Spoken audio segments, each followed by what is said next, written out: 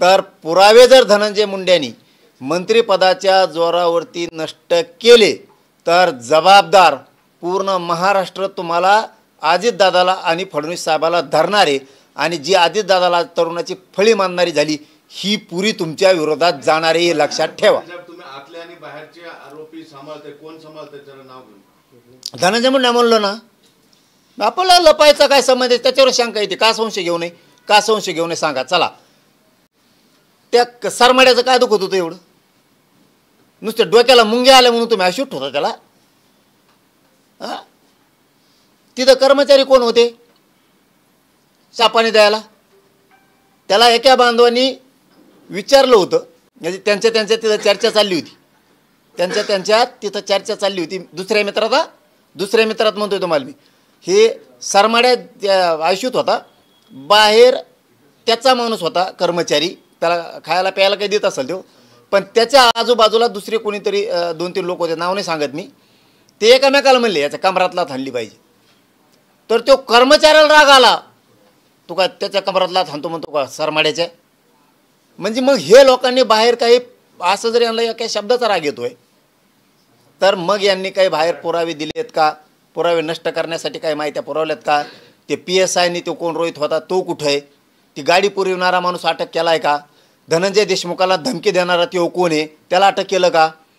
तिथं रगा पुरवणारा गेवराईच्या पोलीस स्टेशनमध्ये तो कुठं आहे? तुम्ही का धरत नाहीत? दुसऱ्या नुसती एक साधी कमेंट केली तरी 2-2, 3-3 महिने त्याला जेल भोगायला होता, आणि ह्यो जेल सोडून ICUमध्ये बसतो. मग तो महादेव गीते आज जीव त्याचा चालला आहे, आत तो जेलमध्ये आहे, त्याच्यावर हल्ला झालेला आहे, बहुतेक नाव मागं पुढं होईल, पण महादेव गीतेच आहे बहुतेक, तो जेलमध्ये आहे. त्याला का बाहेर आणत नाही तुम्ही उपचार करायला? ही कोणची नियत आहे?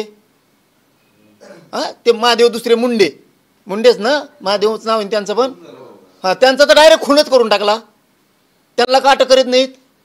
हां, तुम्ही एवढे नीतिवान आहेत ना फडणवीस साहेबांनी, दादा तुम्ही पालकमंत्री असल्यामुळे तुमचं नाव घ्यायची वेळ येते, आता नीतिवान आहेत ना. त्या पिठी नाव का तो एक पोरग एकुलता एक मारून टाकला, आई बापा लेकरूच नाही राहिला. आता का आरोपी अटक नाही केले तुमच्या SP त्यांनी बीडच्या?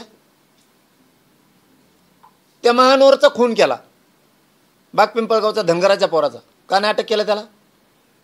कित्येक तरी गोरगरीब दलित, धनगर, वंजारी, OBC, मायक्रो OBCवर अन्याय झाला आहे. कसं काय वाचा फुटत नाही त्याला? कसं काय फुटत नाही?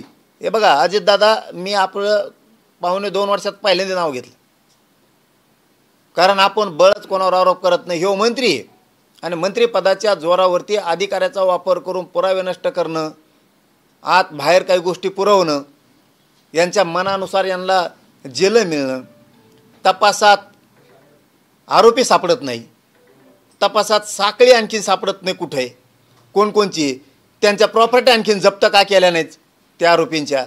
अजितदादा, आमचं तुमच्याकडं एकच म्हणणं आहे, ह्यो मंत्रिपदाच्या जोरावरती पुरावे नष्ट बाहेर राहून करतोय, आणि जर पुरावे नष्ट झाले आणि त्यातला एकही आरोपी सुटला खंडणीतला आणि खुनातला, तर जबाबदार फडणवीस साहेबांनी अजितदादाला आम्ही धरणार.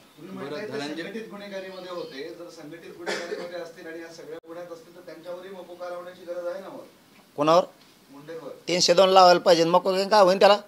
धनंजय मुंडे. आणि मग कमना लावायला पाहिजे. तोच संघटित गुन्हेगारी घडून आणतोय. मालक कोण आहे? तोच त्याच संघ हिंडतोय. माझ्याकडे नव्हता घेऊन आला. संघ कसं काय होता मग त्याच्या? दुसरे कसं काय नव्हते कोणी? तोच कसं काय संघ आहे?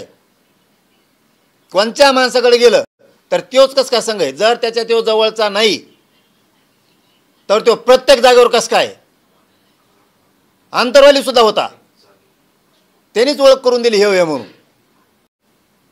आणखीन काय पुरावे पाहिजे अजितदादांना, फडणवीस साहेबाला? त्याचे काय पुरावे पाहिजे तुम्हाला? तो रोज संघ आहे.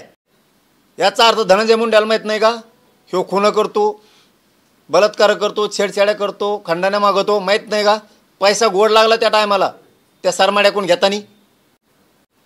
निवडणुकात नाशिक येत, गाड्या घोड्या घेतात, फिरत येत, पळत येत, विमानानं जातात, हेलिकॉप्टरने जातात.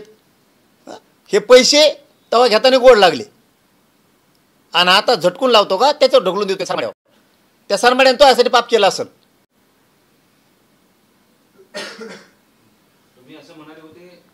बघतायत गेल्या काही दिवसांपासून की टोळ्या आहेत वेगवेगळ्या, खुनं करणारी टोळी, वसुली करणारी टोळी, खंडणीची टोळी वगैरे वगैरे टोळ्या ह्या स्थानिक पातळीवरून म्हणजे परळीपासून ते मुंबईपर्यंत आहेत असं म्हणणं आहे. आहेतच.